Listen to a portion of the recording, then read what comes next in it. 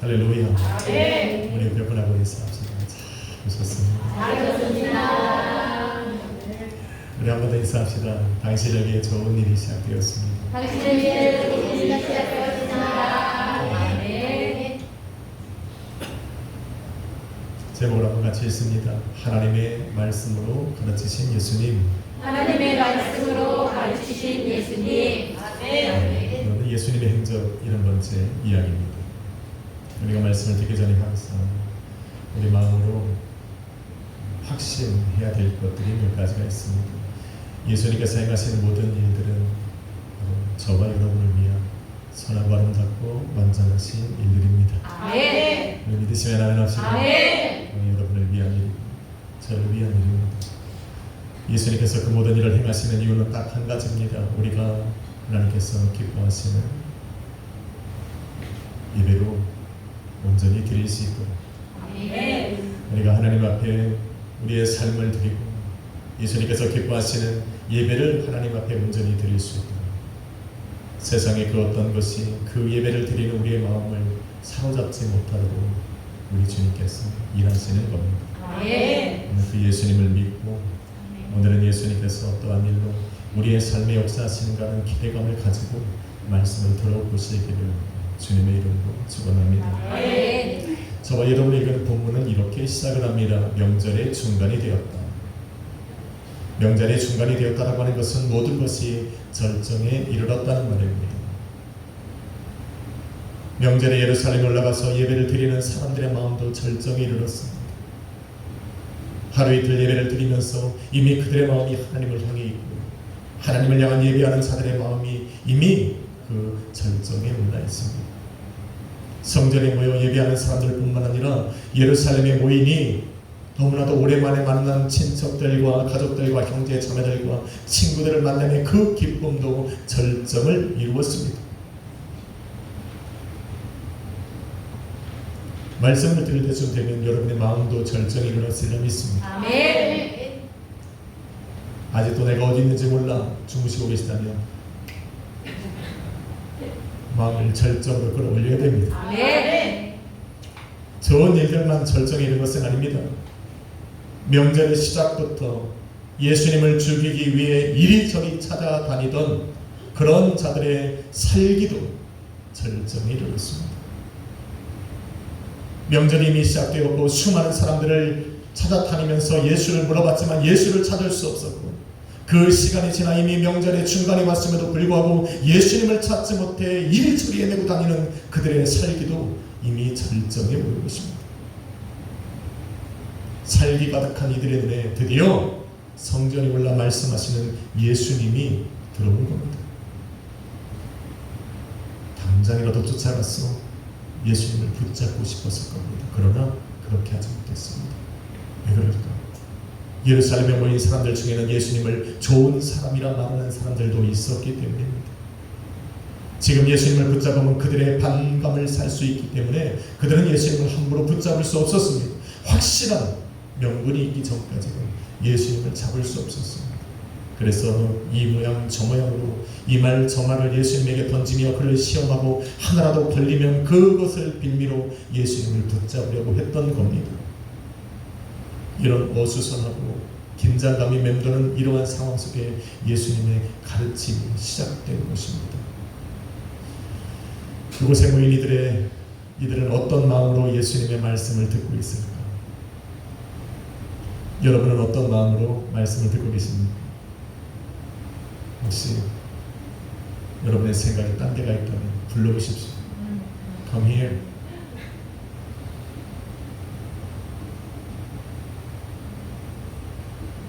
같은 곳에 심겨져서 같은 햇빛과 같은 비를 맞아도 자라나는 나무를 보면 그 모양이 다 다르고 피어있는 그 풀들도 각자의 색깔이 다 다르듯이 같은 곳에서 같은 분의 말씀을 듣고 같은 말씀을 들어도 사람들의 마음은 천차만별입니다. 여러분의 마음도 그럴 겁니다. 그런데 예수님은 수없이 다른 그 사람들의 마음 중에서 오직 한 마음에 집중하고 계십니다. 예수님의 시선은 지금 그 한 마음에 향하고 있습니다. 어떤 마음입니까? 주님의 말씀을 듣고 그 말씀이 하나님께로부터 왔음을 깨달은 그 마음입니다. 예수님께서 이 마음에 집중하시는 이유가 있습니다. 17절에 말씀하신 것처럼 하나님의 뜻을 행하려 하는 사람들만이 이런 마음을 품을 수 있기 때문입니다. 예수님께서 말씀하여 이르시길 만일 사람이 하나님의 뜻을 행하려 하면 이 교훈이 하나님께로부터 왔는지 내가 스스로 말함인지를 알리라. 예수님의 말씀을 들을 때 그 말씀이 하나님께로부터 오신 하나님의 말씀으로 들려지고 깨달아진다면 그의 마음속에는 이미 하나님의 말씀이 들려지면 나의 삶은 그대로 살아갈 것이라는 마음을 품고 그 말씀을 듣고 있다는 증거입니다. 만일 들려지는 그 말씀을 그리스도의 말씀으로 듣고 있는 그 사람의 마음속에는 이미 하나님의 말씀대로 살아가려고 하는 그 순종의 마음이 자리 잡고 있다는 증거라는 것입니다. 행하고자 말씀을 듣는 사람들은 달라도 다릅니다. 왜? 내가 그 삶으로 들려지는 삶으로 내 삶을 바꿔야 하기에 내 삶을 당장이라도 바꾸기를 원하기 때문에 그 말씀이 그 사람들에게는 살아있는 말씀으로 들릴 수밖에 없습니다. 그래서 성경은 그들에게 살아있는 믿음을 가졌다 말을 합니다. 야고보서가 계속하여 강조하는 것이 바로 이것입니다. 행함이 없는 믿음은 죽은 믿음이다. 다시 말해 우리 하나님께 보여드릴 그 믿음은 바로 행함이 따르는 살아있는 믿음이라고 말하고 있는 겁니다. 예수님께서는 이렇게 말씀하셨습니다. 너희가 내 말을 듣고 행하는 자는 그 집을 반석 위에 지은 지혜로운 사람과 같으니 너희가 만일 내 말을 듣고 행함이 없는 자는 그 집을 모래 위에 짓는 어리석은 자와 같다 말씀합니다. 자기의 집을 짓는데 바닷가 모래 위에 짓는 사람은 없습니다. 집을 높이 세우려는 자는 그 집안을 단단히 하는 것이 당연한 것이라 여깁니다. 우리도 마찬가지입니다. 인생을 어떠한 인생을 설계하고 있느냐는 그 사람이 얼마나 그 땅을 다졌느냐에 따라서 달라지는 겁니다. 그래서 말씀을 따라 살아가려고 순종의 마음으로 말씀을 듣는 그 사람들에게 예수님의 시선을 머물고 예수님의 그 마음이 집중되는 것은 당연한 겁니다. 할렐루야. 예루살렘에 얼마나 많은 사람들이 모여 있겠습니까? 얼마나 많은 사람들이 예수님의 가르침 앞에 모여서 그 마음을 열고 지금 그 말씀을 듣고 있겠습니까? 그곳에 아무리 예수님을 죽이려는 마음을 품고 있는 사람들이 많아도 예수님을 향하여 미혹하는 자라 비난하는 마음을 품고 그 자리에 있는 사람들이 아무리 많아도 20절에 기록된 것처럼 예수님을 향하여 귀신 들린 자라고 불신의 마음을 품고 그 말씀을 듣는 자들이 아무리 많아도 예수님의 시선은 오로지 그 마음을 품고 있는 사람들에게로 향하고 있습니다. 예수님의 관심은 오로지 그 사람들에게 있습니다. 그리고 예수님의 그 말씀은 오로지 그 사람들에게만 생명으로 역사합니다. 한번 인사합시다. 행함이 있는 믿음으로 들읍시다. 행함이 있는 믿음으로 들읍시다. 예수님의 말씀을 듣고 놀라고 감탄하는 것은 믿음이 아닙니다. 말씀 좋았네요. 믿음이 아닙니다. 이 말씀 잘하시네. 믿음이 아닙니다. 우리는 가끔 착각합니다. 예수님을 죽이려 했던 자들도 예수님의 말씀을 듣고 놀랐습니다. 예수님을 비난하고 손가락질하는 자들도 예수님의 말씀을 듣고 감탄했습니다. 마태복음 7장 29절에 보니 이들도 예수님의 말씀을 듣고 예수님의 가르침이 권세 있는 자와 같다고 감탄했습니다. 자신들을 가르치는 서기관들과 같지 않다라고 놀랐습니다.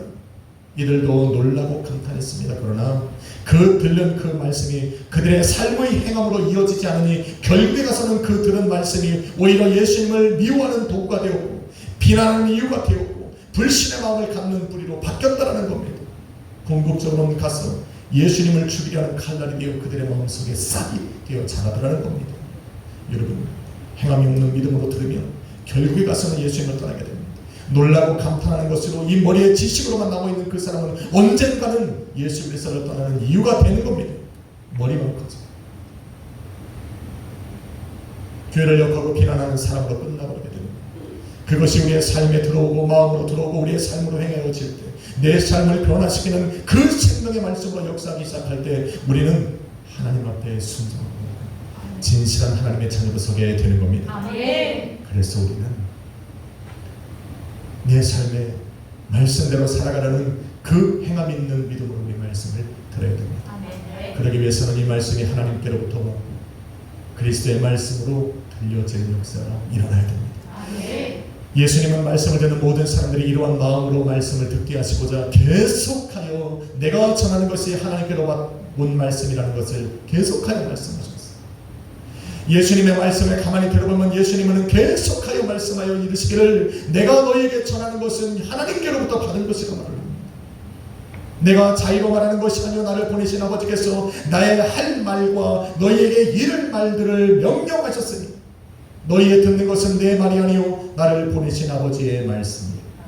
그러면서 요한복음 17장 8절에 이와 같이 말씀하시기를 나는 아버지께서 내게 주신 말씀들을 너희에게 준 것이라.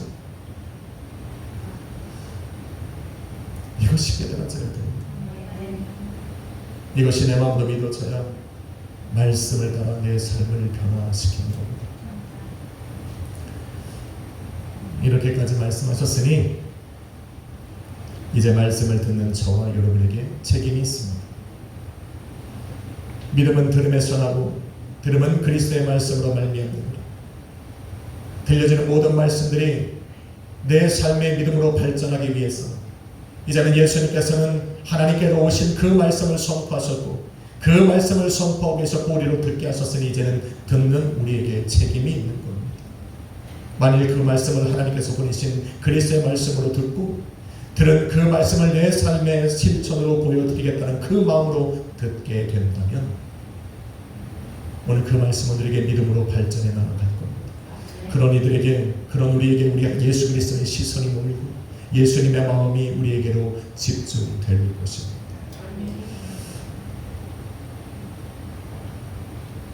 예수님의 가르침을 통해 예수님의 말씀이 하나님께로부터 왔고 그 말씀을 전하는 분이 하나님께로 보내심을 받은 그리스도라는 것을 믿게 되는 사람들이 있습니다.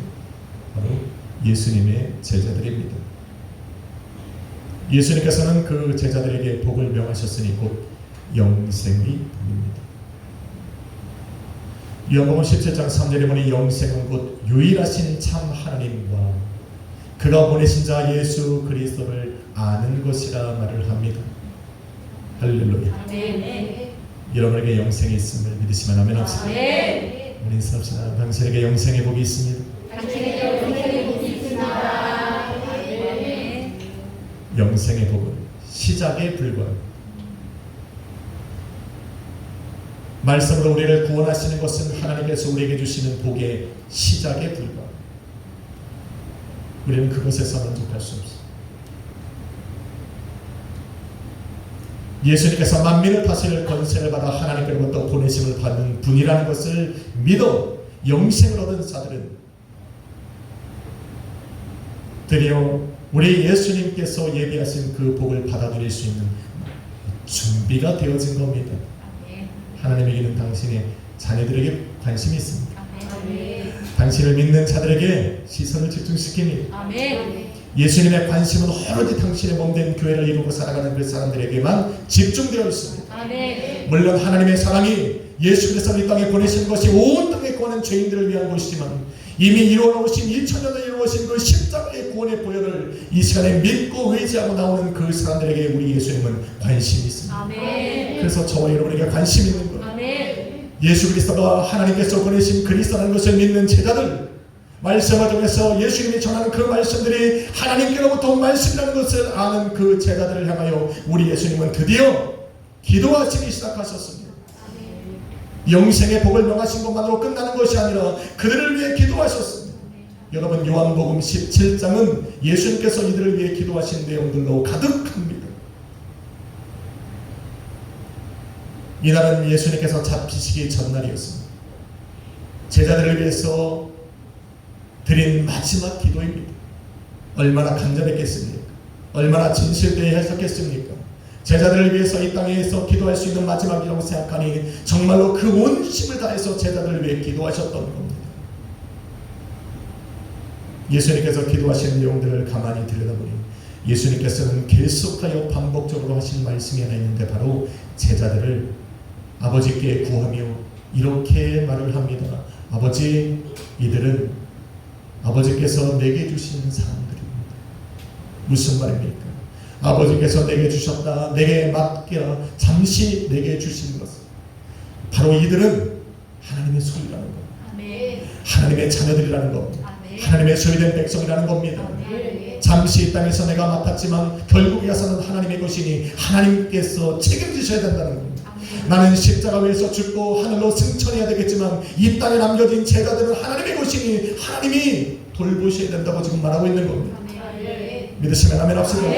예수 그리스도를 믿는 자들은 바로 우리가 예수 그리스도를 우리가 믿은 것 같지만 예수님께로 우리를 보내신 분이 하나님이시고 우리가 하나님의 소관이 되었기에 하나님께서 우리를 예수 그리스도로 보내요 구원받고 영생 얻어 하나님과 영원한 하나님의 나라에서 같이 살게 하시는 그런 자녀들입니다. 증거예요, 증거. 그래서 우리는 하나님의 자녀들이에요. 하나님의 권속들입니다. 하나님의 속한 하나님의 백성들입니다. 이런 마음을 잃어버려서는 안 돼요. 그리고는 예수님께서는 드디어 하나님의 소유되었은 돈 그 제자들을 위해 하나님께 그들을 의탁하고 있는 거, 구하는 거, 기도하기 시작합니다. 그리고 뭐라고 말씀하십니까? 아버지, 이들은 아버지의 말씀을 지켜 아버지께서 나를 보내신 것을 믿어 나를 영화롭게 했으니 이들의 생명을 세상으로부터 보존하시고 내게 주신 그 기쁨이 그들의 삶에 충만케 하시고 악에 빠지지 않고 진리로 거룩하게 하옵소서. 예수님은 이들을 위해 이렇게 기도하셨어요.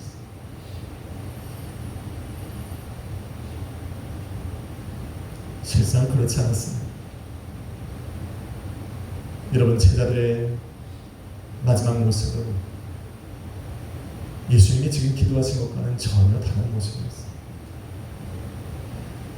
병사들에게 잡힌 예수님을 바라보며 두려움으로 다 도망쳤던 제자들입니다. 심지어 수제자라고 불리는 베드로는 많은 사람들 앞에서 예수님을 3번이나 저주하고 부인하고 떠났던, 도망쳤던 사람입니다. 그런데 예수님은 그들을 하나님께 올려드리며 이들이 아버지의 말씀을 지켰고 이들이 나를 영화롭게 했다라고 말씀하고 있습니다. 제자들을 위한 변론을 해주십니다.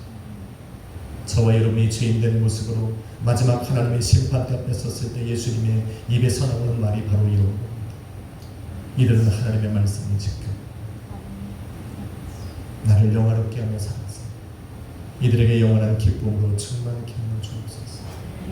예수님의 기도는 여기서 끝나지 않았습니다. 아버지와 내가 하나인 것처럼 이들도 온전히 하나가 되게 하여 주옵소서. 내가 그들 안에 있고 그들도 내 안에 있게 해주시고 나를 보내사 사랑하시는 것처럼 이들을 보내셔 사랑하시는 것을 세상으로 알게 하여 주옵소서. 나 있는 곳에 이들도 함께 있어 나와 함께 영원히 살아가게 하여 주옵소서.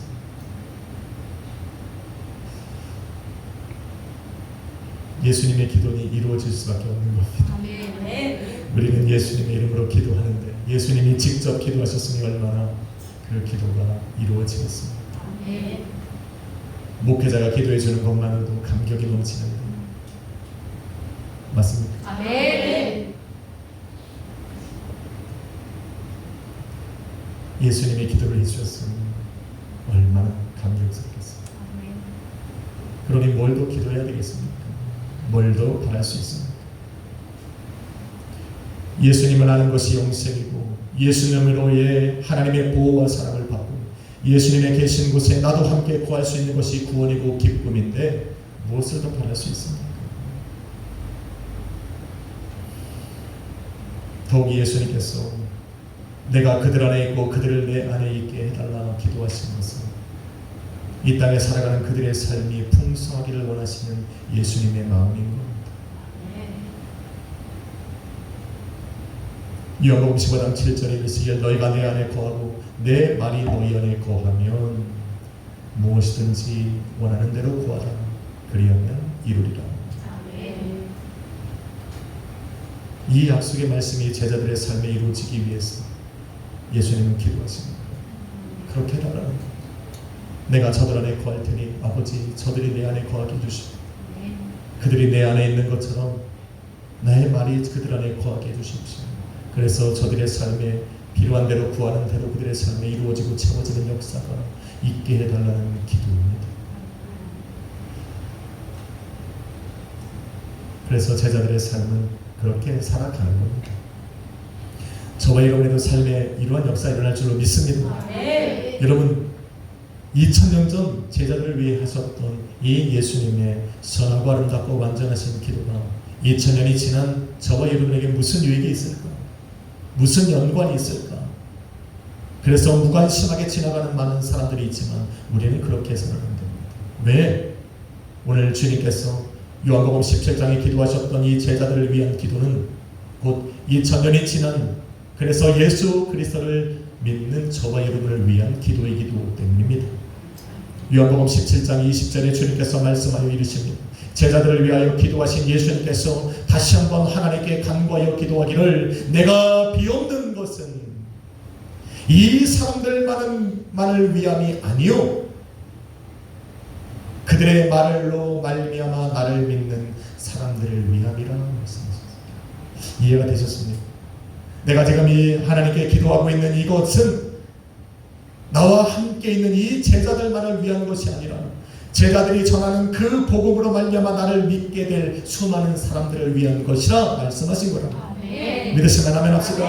2000년 전 제자들이 예수 그리스도의 복음을 전하였고 그 복음이 초대교회를 지나서 수많은 기독교 역사의 교회로 또 선지자들의 선지자의 입을 통해서 수많은 사역자들과 사역자들의 입을 통해서 이 시간이 2000년이 지난 저와 여러분에게도 들려졌고 우리는 그 말씀의 복음을 듣고 우리는 예수 그리스도를 믿게 된 겁니다. 그러게 오늘 이 말씀 속에 요한복음 17장에 말씀하셨던 그 예수님의 기도는 저와 여러분을 위한 기도인 것이고 저와 여러분의 삶에 이루어져야 할 하나님의 뜻인 겁니다. 믿는 자들에게 이런 역사가 나타날 줄로 믿습니다. 그러세요?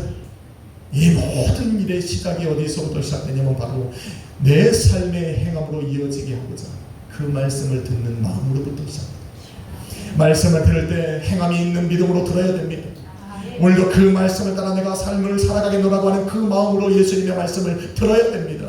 그 마음으로 들을 때 그 마음에 성령 하나님의 감동이 연합되어서 우리의 마음과 생각을 붙드시니 들려지는 그 말씀들이 우리에게 믿음으로 발전하고 그 믿음이 우리 안에 있을 때야 비로소 예수님의 말씀들이 우리의 삶의 길이 되는 것이고 우리가 행해야 될 삶의 행위가 되는 겁니다.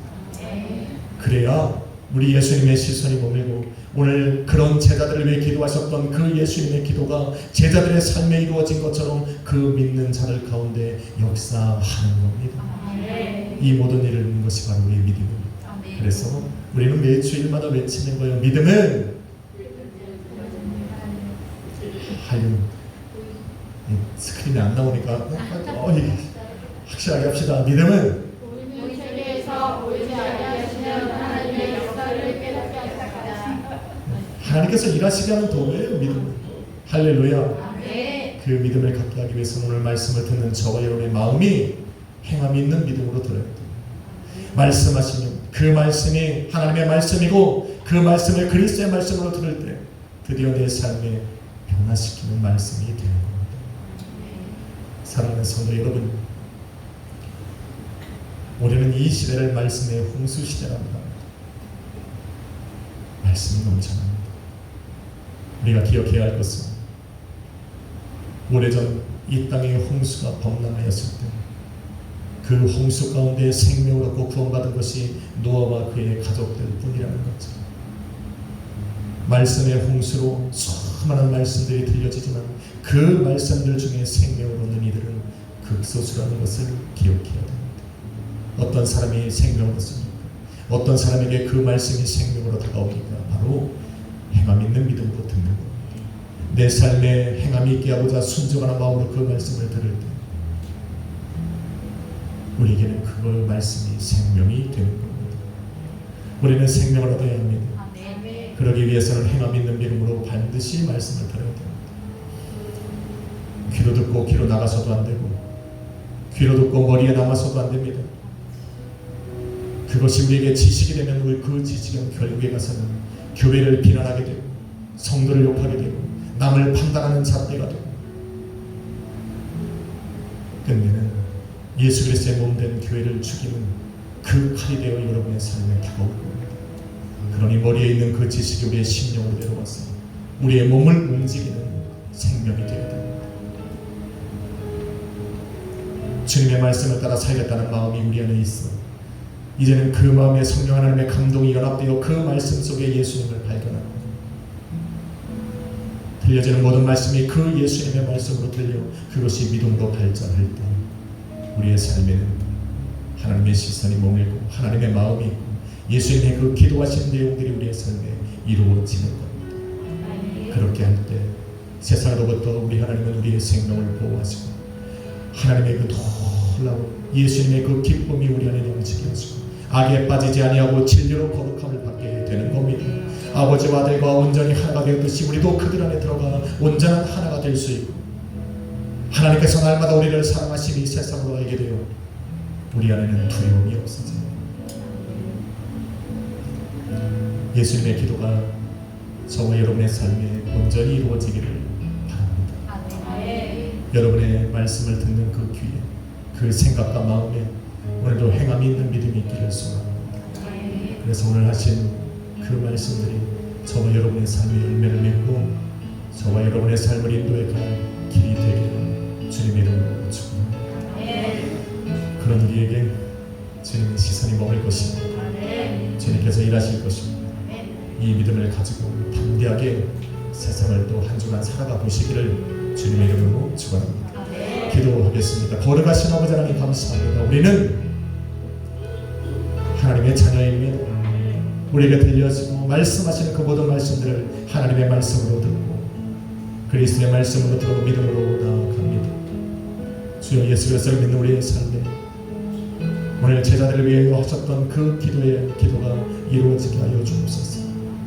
하나님이 보호하심 있게 하여 주옵소서. 세상에서 생명을 보존하게 하시고 하늘의 기쁨이 넘치고 악에 빠지지 아니하고 진리로 거룩함을 받는 하나님의 자녀로 살아가게 하여 주옵소서. 그리스도 안에 머물게 하시고 삶의 풍성한 열매들이 맺어지게 하여 주시옵소서. 하나님의 놀라우신 그 하나님의 시선 가운데 살아가는 하나님의 관심 속에 살아가는 우리 악수의 성도님들 되게 도와주옵소서. 감사드리며 예수 그리스도의 이름으로 기도했습니다. 저는 찬양을 부르고 합니다. 오늘도 한 주간 여러분과 늘 따라다니는 그 하나님의 예수님의 시선이 여러분 가운데 있기를 소망합니다. 찬양드리겠습니다.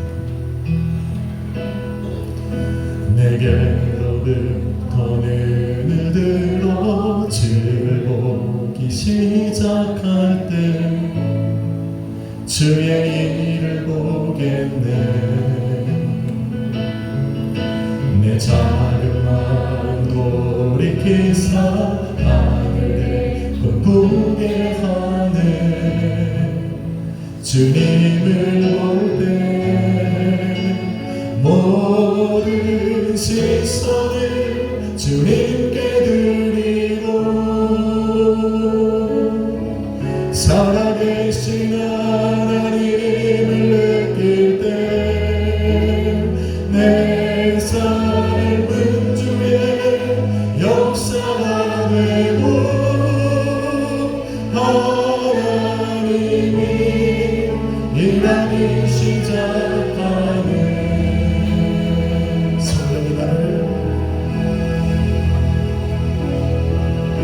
성령이 나를 변화시켜 모든 두려움 사라질 때 주의 일을 보겠네.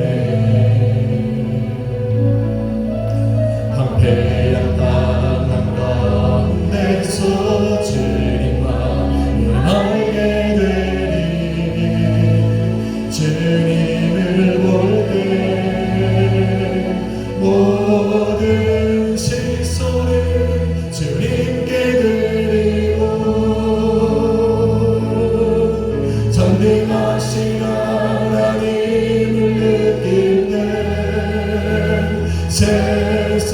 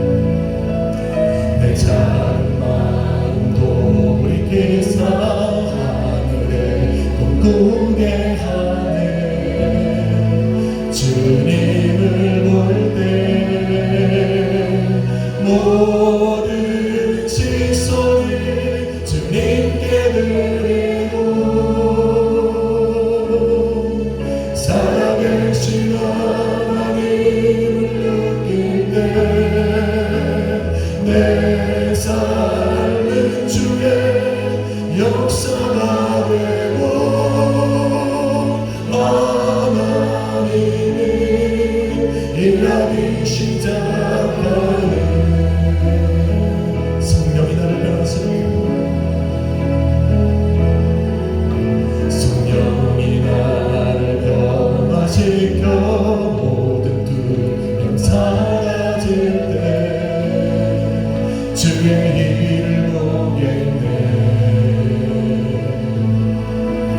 황폐한 땅 가운데서 주님만을 알게 되리. 주님을 볼 때 모든 식소리 주님께 드리고 전능하신 하나님을 느낄 때 세상은 주의 나라가 되고 하나님이 일하기 시작하네. 그렇습니다. 여러분의 시선을 돌려 주님께로 향하십시오. 여러분의 마음을 돌려 예수님께로 향하십시오. 오늘 드려진 말씀이 내 삶 속의 삶의 행위가 되어 행함으로 나타날 때 오늘 주님께서 예비하신 그 놀라운 은혜와 또 예수님의 모든 기도가 우리의 삶에 이루어질 줄로 믿습니다. 예수님의 시선이 머물고 예수님의 마음이 머무는 삶, 그러한 삶 우리의 삶 가운데 이루어질 수 있도록 우리의 주여 한번 부르고 합심으로 기도하며 나갑시다.